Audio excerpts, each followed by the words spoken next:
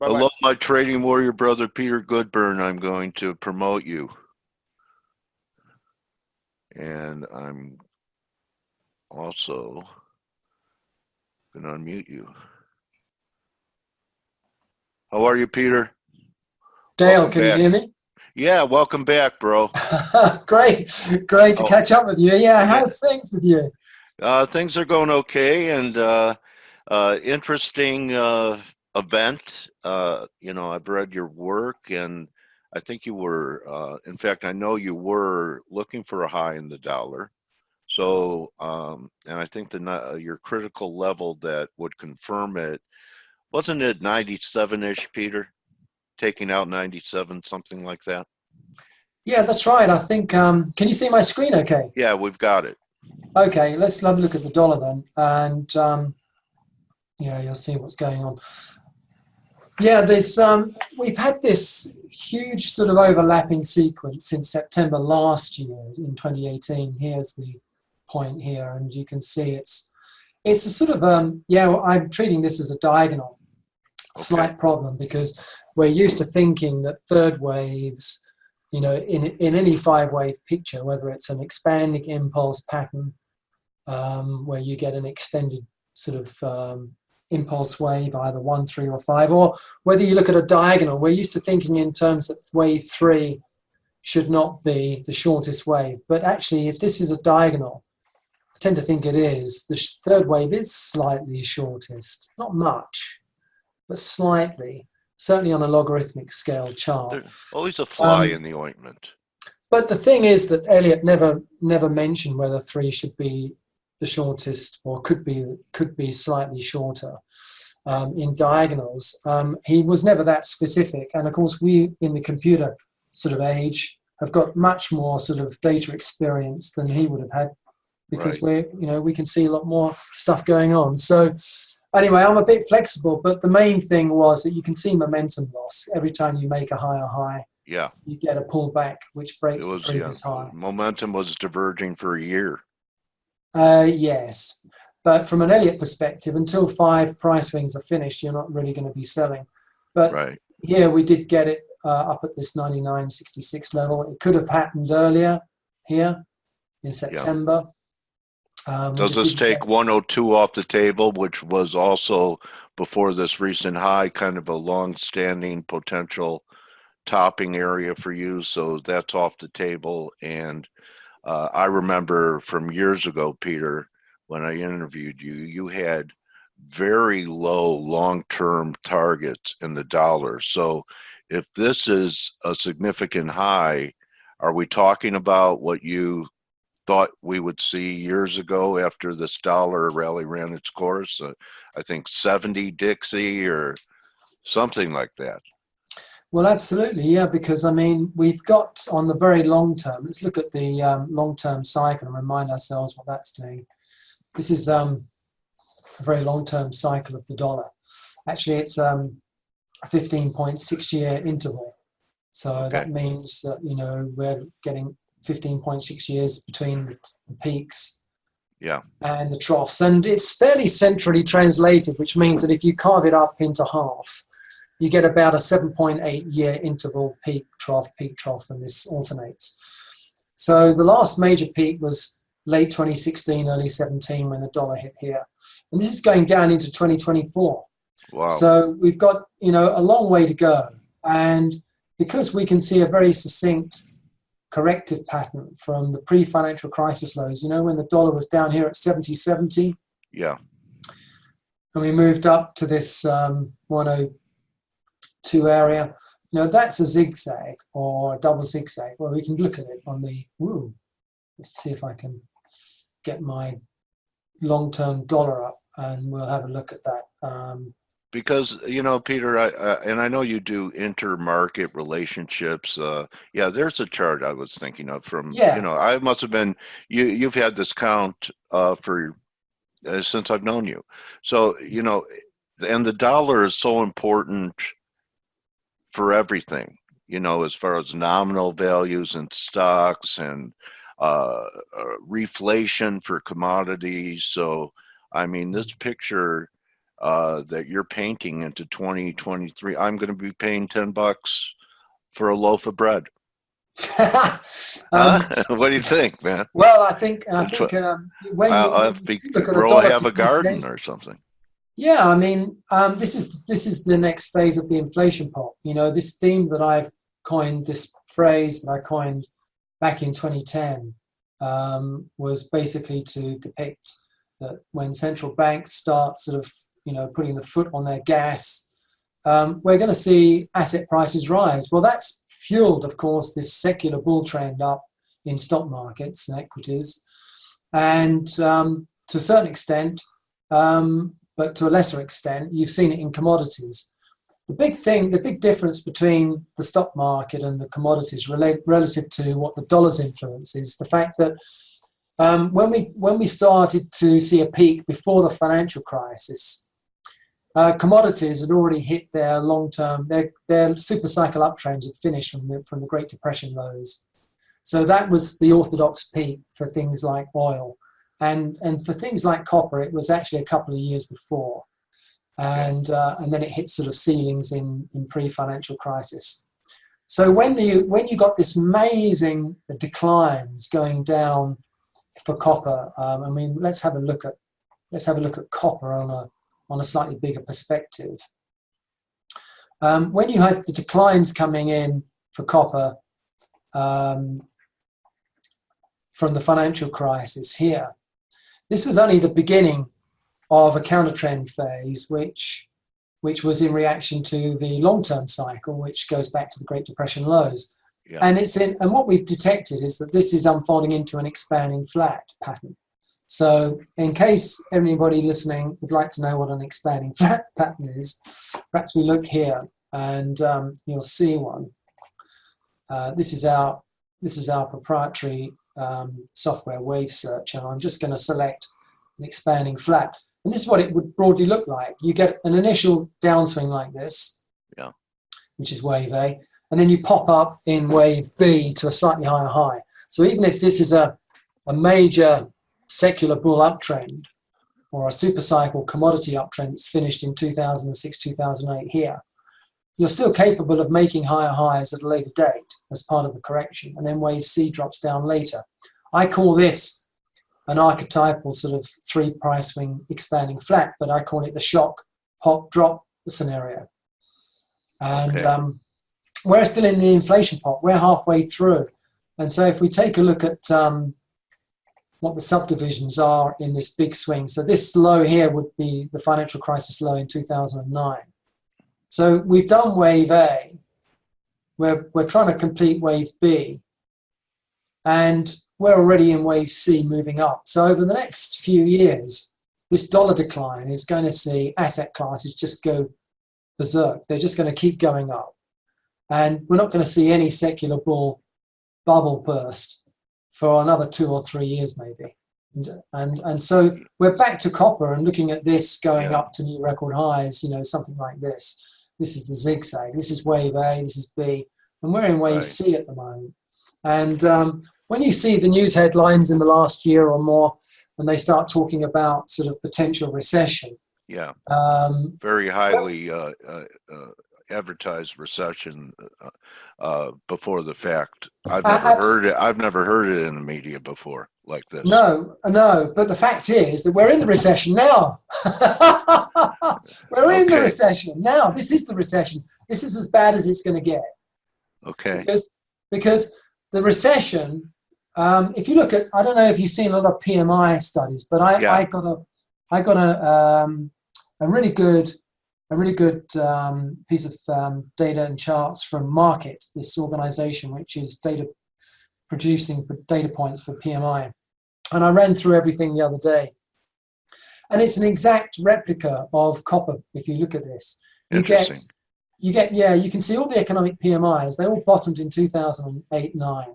Right. They ran up like this in sort of a straight line advance. So if you look at any PMI, I better not show it now in case of copyright restrictions, but if you can get your hand on any PMI, just Google it and you'll see probably tons of the stuff. You'll get this very archetypal pattern. You'll see a swing up, then you'll see a swing down as a retracement. And then, and often in the PMIs, I'll show you what it's slightly deviating from this, but not much. What the PMI will look like is that from this high in 2011, it's sort of like doing something like this. It's wedging like this. And we're troughing now. And you're troughing now. And basically what's missing, I mean, basically it's gonna have this big swing up, and nobody recognizes that.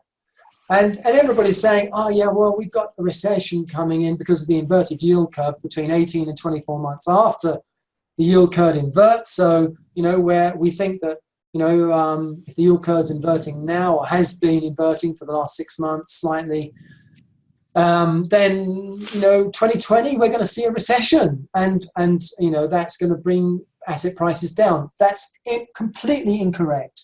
That's completely incorrect. The recession is now. This is the worst as it's going to get. And what you're going to see next year is this next phase of the inflation pop. You're going to see all these PMIs go through the roof. You're going to see GDP start going through the roof. And you're going to see the dollar collapse.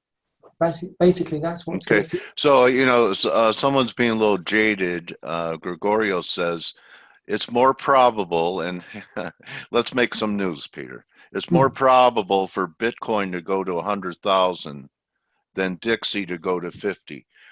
Maybe Bitcoin doesn't go to 100 grand, but I know you're very constructive on it. So, you know, do you have $100,000 long-term target? There are people talking about that, you know.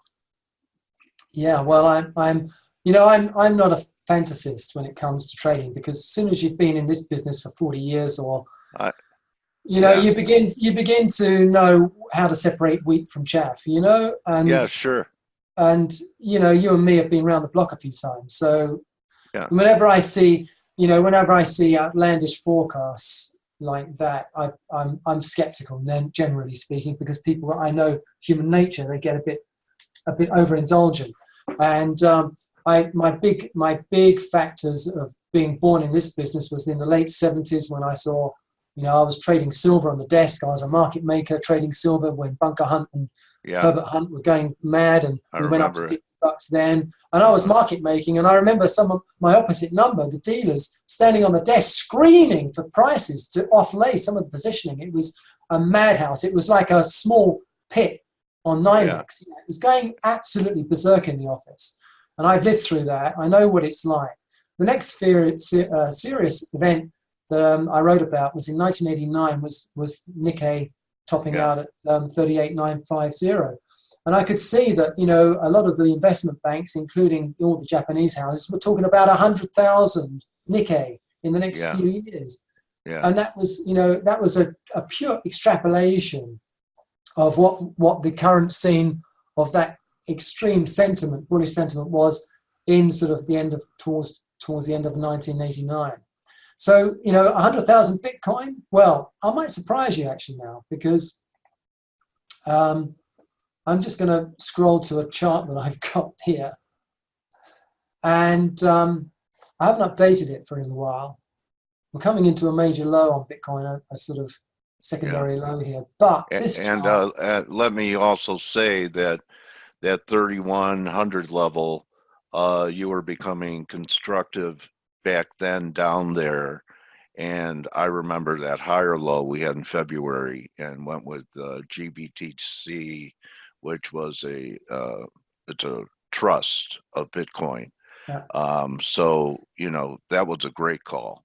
And thanks, Dale. Yeah, that, you know, because I mean the whole world was pessimistic about Bitcoin down there, and maybe, and I think they're beginning to, just on the shallow pullback, say, that was just another flash in the pan, but you think otherwise. No, absolutely. I mean, this was always going to be a correction. And I know that, I mean, it's a hell of a sort of percentage drop, isn't it? You go from 20 down to 31. I mean, you know, or 3,000 rather. I mean, this is a huge bite out of. So what's that 5 of 5 up there? There's so many digits. Is that 500,000? Well, that's $500,000. Huh? That's $500,000. $500,000. All right, Gregorius. time stamp this. And when's Okay. that going to be? 2024? Well, I guess probably, yeah. I mean, Okay. I wouldn't put it past it. Now, this is obviously a logarithmic scale, and I like Right. to work with logs. But and I just wanted to temper everybody's enthusiasm before they saw this chart with the story about copper and silver Yeah. in the past and the Nikkei, because I'm not a sensationalist by any stretch.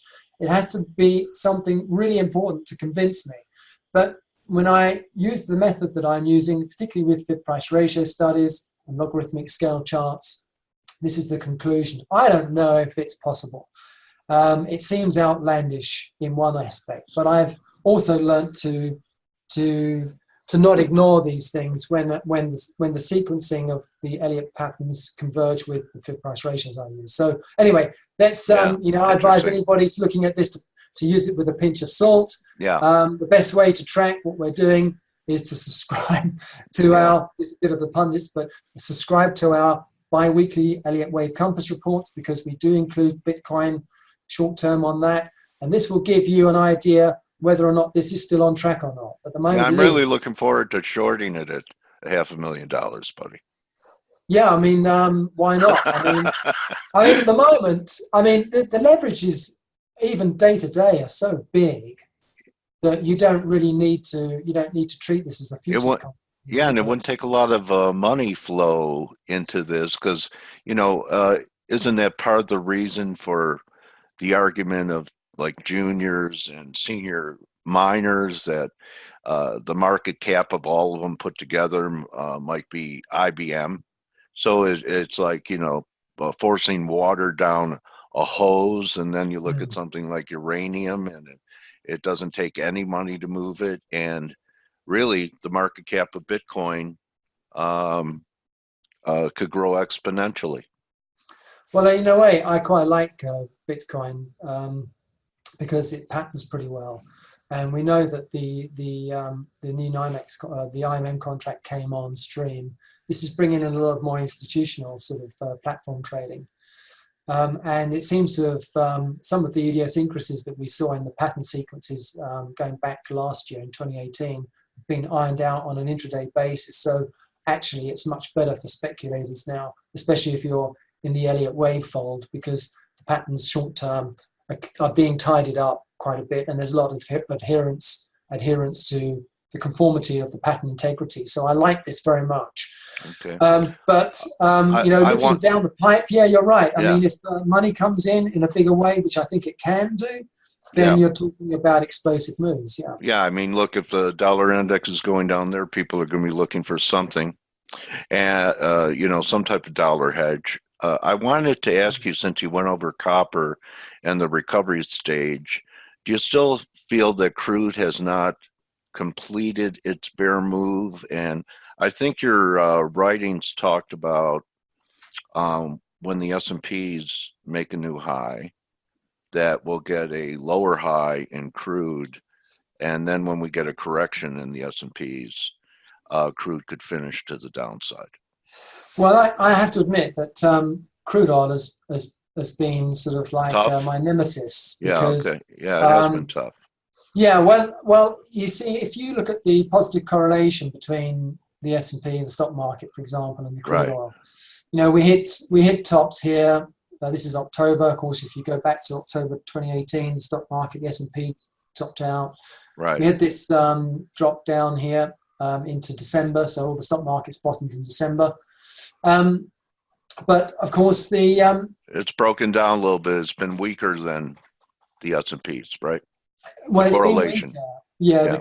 It's been weaker. There's still positive correlation on a day-to-day basis, but what you get is amplitude changes, and amplitude changes create pattern changes, at least from an Elliott perspective. So you've got a very different format. This, at some stage, I'm still convinced it has to break this old low back here in December before we can go up in a more systematic uptrend. And it hasn't done it. I mean, I was very intrigued last month in September when we saw that spike up because of the Saudi bombing. Yeah. And I thought to myself at the time, right, okay, this is going to be a real acid test now, because if we start to see crude oil break down from here, which it should, if this is a correction, especially in a second wave scenario from this diagonal downswing, right. then it should immediately drop down again. And it did. It performed exactly as it should have done. So I'm still very bearish for oil. I still think we're going to get this down. But winding the clock back a few months, when I knew that the S&P was ready to drop down from sort of April, May time, I thought that the two would bottom at the same time. It's clearly not the case. But what I can tell you is that if oil is going to drop down to these numbers, as I think they should, then we will have obviously a pullback in the S&P at some point, a correction. It might not be as big as we wanted it to be because the August lows look pretty solid now. Now, the reason why the lows in the stock market look pretty solid into August, not just from an S&P point of view, but particularly from a European point of view, is this. I'm just going to show you a chart I published in our reports back in back in July. This is Eurostoxx 50, and here's the low. This is the low that you saw in December. Now, this is the oil low at $42. Right. And then, of course, we start heading up in both oil and this as well. But this pattern is a five-wave pattern. It ended in May. Now, if you look at most indices, they all topped out in April, May time. Right. Even the S&P. But this pattern, at the time, we were looking at an expanding flat pattern, the same expanding flat that we saw earlier in this wave search model, something like this, where you drop down in three waves, you go up into a brief high, you break the previous high, then you drop down in five. Okay? Irregular. Almost like an irregular, right? Yes, an irregular or an expanding flat. You can, so you go up in B, breaks the high, drop down in five waves. It's very precise. So this is what we've had. Three down here, three waves up, breaks the previous high, breaks the late April, May high, and then you drop down in five. And this is the forecast that we should get down modestly below 32.42. We should break down to about 32.10, around that number. That's a minimum downside target.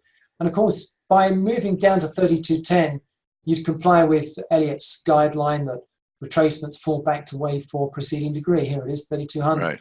So we're looking at that sort of downside target. Well, let's have a look at the Eurostoxx 50 now and see how it got on. Here it is here. Whoops, sorry. I need to reduce that one. And you can see here's the drop from wave C, and we had 32.10 and it got to 32.31. So it just took this out slightly, and then off we go again. So we know for absolute, with a high degree of probability, that this expanding flat fulfilled its requirement. And that's a correction to this December-May upswing. That's very, very bullish. And that's why you've seen progressive moves up like this since. So, well, with the outlook on the dollar, Peter, does this mean outperformance of European stocks as the dollar continues to weaken just on the currency translation? Well, of course, if you've got a weaker dollar, it would benefit the S&P more, you think. Oh, okay. But, because if you've got dollar asset, this is a euro asset. This is not a dollar asset. Okay. And the euro is increasing in value. But I have to say that if you work out the percentage increase from August up to here, this is a lot more than the S&P. This is 2 or 3% more. Okay. So this is outperforming at the moment. But the thing is, it has a higher beta. You see, whenever this market drops down, it has a higher beta, so it's underperforming. And when it goes up, it's outperforming. And I've been recommending to our clients at the moment, particularly our institutional clients, that they should be beta long of Europe, because actually Europe's been beaten down quite a bit because of the banks. And there are some banks in this. But the banking index in Europe is hitting a major low at the moment, or it did in August.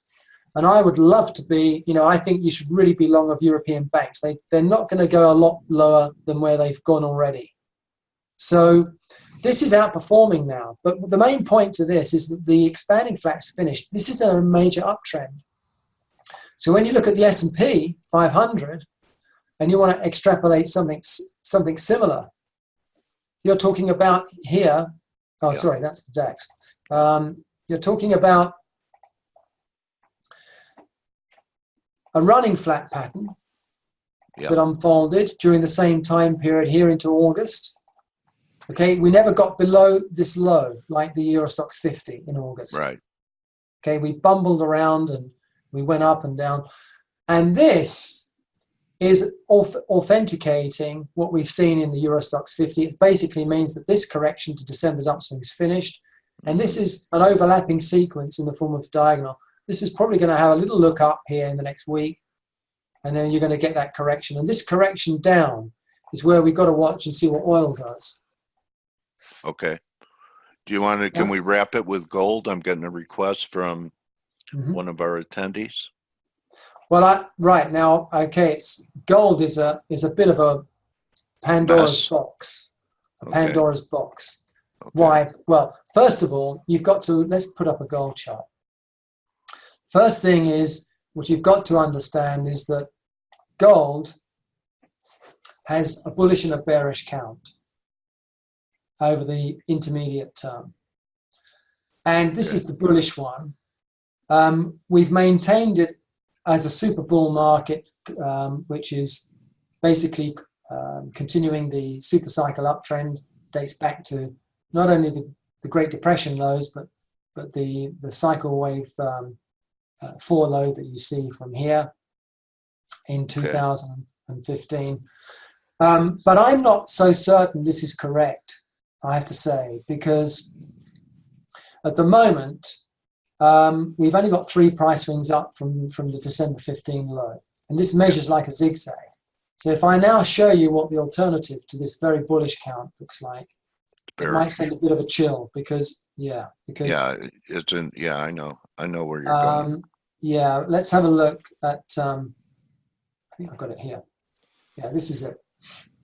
You see, this upswing is also measuring like a zigzag. A, B down. Here's another running flat, similar to what we looked at in the running flat for the S&P just now. Right. Here's C. And we've already looked at the substructure from last August 18, from 1160 up here. And it's 5 waves. So we've got potentially 3 price swing event.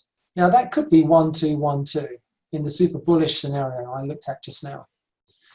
But it could also be a zigzag. And if it is a zigzag, I think we could have an X wave over the next several months down here. That is supported by the cycles, because if we take a look at the gold cycle, it looks like this at the moment, coming down into March 20. Into the spring time. So I don't really want to be too long of gold at the moment, even though, I mean, I still get 5 or 6. So maybe the depth of the correction, Peter, will tell you what count it is, because the other more bullish count, it didn't look like we got beneath 1340 or so, and on this count, we're sub 300. Okay, there you go. That's right. Yeah, I mean, this decline could be very small. Maybe smaller than I've even drawn it. It's possible. Yeah, 14. But for sure, yeah. I mean, if you got a small correction and then a big thrust. Right. I mean, the question is, would you follow it? I'm not going to follow that if it happens because of the cycle. I think the cycle is giving me what could happen is that there could be a subsequence in here where I've misaligned that, and it could have a little stretch a little bit higher and then suddenly drop. But I don't care. I don't care if I miss that. I don't care if I miss that, because the cycle's telling me it's down at the moment, and this is a big risk now to be long of gold. If you haven't ridden this movement up already over the last months, it's very tricky to be buying gold. The other thing that worries me is platinum. Yeah. And platinum is correlated to silver, and silver is related to gold. And I just show you to platinum because I think this is very pertinent. Do you get this question, Peter? When I say I had 3 ideas, clients would ask you, well, Dale, what's your best idea? I would say all of them, because I don't know until I could look back in the rearview mirror. Do you get that question? What do you tell subscribers? Well, Peter, I mean, if you had to do something between getting long S&Ps or Bitcoin or shorts a dollar, what would you do? What would you tell them? Well, I mean, when I have 2 or 3 counts, it's normally an expression of looking at probabilities. I've in my business when I first started to trade, and we had to pick up the phones to the clients, these institutional clients who were trading huge volumes in the 80s and stuff. The main thing that you were told was that you've got to have a view. You've got to formulate a view. As soon as you walk in the office every morning, you've got to have a view. Is it going up or is it going down? And nowadays, people sidestep that. I always have a strong conviction for most things. But I have to admit that on oil, I'm much more cautious than I would normally be on things like oil and precious metals at the moment, these price levels. Okay. It was different some months ago. We knew that gold was going up. We could see so that. Conviction vacillates based upon reassessing, right? Well, it does, and it has to. You have to evaluate whether it's, things are still going to go up or not. This is our forecast back in June for gold. We knew there was going to be a bit of a dip after this thrust, and then it would go up to above 1,500, which it did. And since then, we've dropped $100. It's conforming to what it should do under those conditions. The thing that worries me is platinum, because, as I've said, platinum is related to silver in a positive way, correlation-wise, and silver to gold to a large extent. If, I'm not talking about amplitude changes over days, but if you get the bigger moves right, you'll get the other right. This is a big move down, which is projecting this diagonal pattern. And it worries me a lot because that tells me that we've had, this is the peak in September when you saw the gold peak and silver peak. And it worries me that if this folds down the way I think it could, that's going to bring gold down a lot more than people think at the moment. God, I remember the days when platinum always traded at a premium to gold. Absolutely. And I'm going to get very excited about buying platinum in the not too distant future when this drops down next year, because if you look at the spread, and I've got one here, I think, yes, I think it's this one. Yeah, it is. I've updated this in our look at that reports recently. Yeah, this is going back to the 70s. Yeah. And of course, what you're thinking of is this time period. This is when we were young men, and this was our heyday. Where's the time machine? Oh God! All right. But this is really huge discount now, platinum under gold, and at some stage this is going to bottom out, and platinum's going to be a fantastic buy signal at some stage. We just got to be patient. That's all. Well, what a great interview again, Peter. It's always, I learn every time we talk from you, and gives me fresh material to process. And I want to thank you for coming in today. I'd like you to let people know how they could follow you, subscribe. Why don't you show your website again? Great, thanks, Dale. This is actually the Elliott Wave Compass report. This is the interface from the login. You can go onto our website, which is wavetrack.com, and just goes to the subscribe section and subscribe to Compass. It's $39 a month. You get 2 reports a week, and they're in PDF format, or you can go online like this, go to report, and you can view all the charts. The S&P chart we looked at just now, you can click on the thumbnail here, and you can download the report from here or look at it on this type of chart, and be happy to welcome any new subscribers. We have a lot of great things in the reports, and you'll learn a little bit about fib price ratios as well. And so, please subscribe, because we'd love to have you in our subscription lists, and I'm sure you'll benefit from it. Yeah. Thank you, Peter, and have a great fall trading season. We'll pick this up in another couple months, and I appreciate your work and the insights you provide every time you're here, my trading warrior brother. No, great, Dale. Thanks again, and it's just great to catch up, and we'll be in touch soon, hopefully. Yeah. Okay, good hunting, Peter. Thanks, Dale. Thanks again. Thanks for all right, inviting me. everyone. That's a wrap. Getting a pretty good reversals in S&Ps right here. So enjoy the rest of your trading session, everyone. See you in members chat. And remember, don't just count your pips, count your blessings. See everyone to wrap things up tomorrow. Adios. You're very welcome, guys. See you, Monica. See you, Brock.